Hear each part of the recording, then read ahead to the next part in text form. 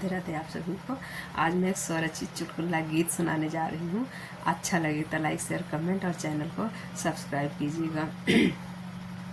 हो सैया खुअटिलावा चनवा, हो सैया खुअटिलावा बथुई, बनाई सगवा राजा खुअटिलावा बथुई, बनाई सगवा सैया खुअटिलावा बथुई।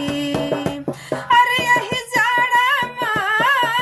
यही जाड़ा मा परत बापाला राजा खुअटिलावा बथुई, सैया खुअटिलावा चनवा, बनाई सगवा राजा खुअटिलावा चनवा।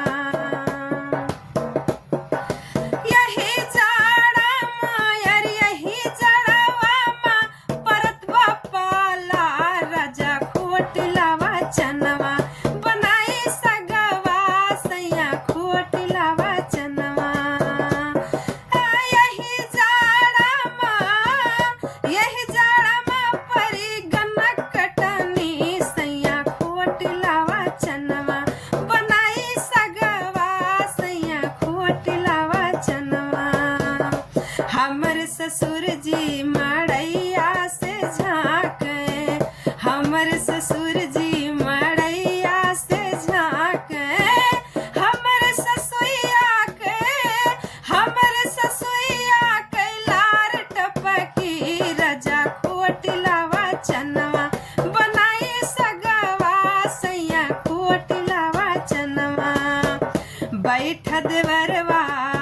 बैठा दुअरवा जियठ हमरा झाँके, बैठा दुअरवा जियठ हमरा ताके, अपन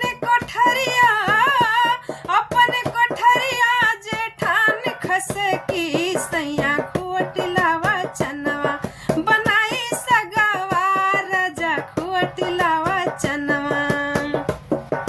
लहुरा देवरवा करहिया जे चाटे, लहुरा देवरवा करहिया जे चाटे,